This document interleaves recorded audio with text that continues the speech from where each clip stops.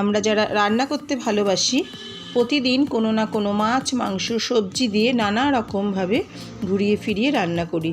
সেই রকমই নতুন এক মেনু নিয়ে হাজির হয়েছি। নমস্কার বন্ধুরা, রূপাস লাজাবাবে সকলকে স্বাগত। দেখে নেওয়া যাক আজকের রেসিপিটি।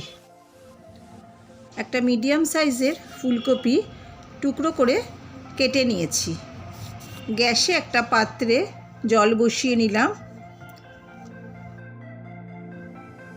জলে 1 টিস্পুন লবণ দিলাম। জল টকবক করে ফুটছে। এই সময় ফুলকপিগুলো জলে দিয়ে দেব, দিয়ে পাত্রের মুখটা ঢাকা দিয়ে দেব।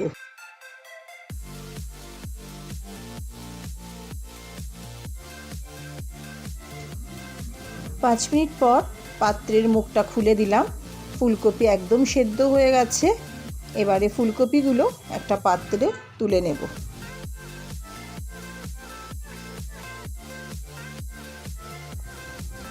এবারে একটা ম্যাশার বা হাতা দিয়ে ফুলকপিগুলোকে ম্যাশ করে নেব। সম্পূর্ণ ফুলকপিগুলো ম্যাশ করা হয়ে গেছে। এবার গ্যাসে একটা কড়াই বসিয়ে নিয়েছি। তাতে 2 টেবিল স্পুন সর্ষের তেল গরম করে নেব। তেল গরম হয়ে গেছে। এবারে 2টো শুকনো লঙ্কা তেলে ভেজে নেব। লঙ্কাগুলো ভাজা হয়ে গেছে, লঙ্কাগুলো তুলে নেব।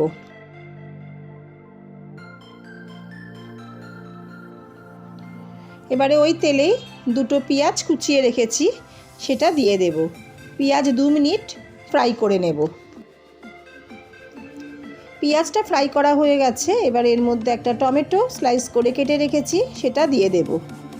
টমেটো সামান্য নাড়াচাড়া করে স্বাদ মতো লবণ দেব আর সামান্য একটু হলুদ দেব আর 4 থেকে 5টা কাঁচা লঙ্কা কুচিয়ে দেব।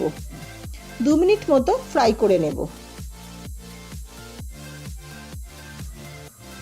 ভিডিওটা ভালো লাগলে লাইক ও শেয়ার করার জন্য অনুরোধ রইল। প্লিজ সাবস্ক্রাইব করে নিত্য নতুন রেসিপির জন্য পাশে থাকা বেল আইকনটা টিপে অল বাটন প্রেস করলে আমার প্রতিটি ভিডিও আপনাদের কাছে আগে পৌঁছবে। সমস্ত মশলা ফ্রাই করা হয়ে গেছে। এবারে ম্যাশ করা ফুলকপিটা দিয়ে দেব।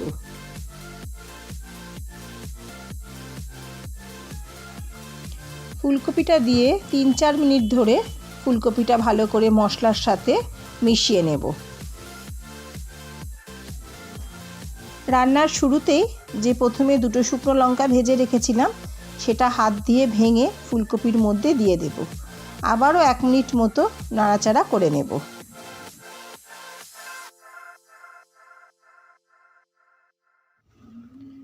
ফুলকপির মশলা ভালো মতো ফ্রাই হয়ে গেছে। রান্নাটাও আমার শেষ হয়ে গেছে। এবার ওপর থেকে বেশ অনেকটা কুচানো ধনেপাতা দিয়ে দেব।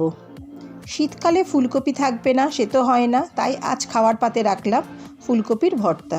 দুর্দান্ত সাথে রেসিপিটি গরম ভাতের সাথে পরিবেশন করব। রেসিপিটি ভালো লাগলে একটা কমেন্ট করে জানাবেন।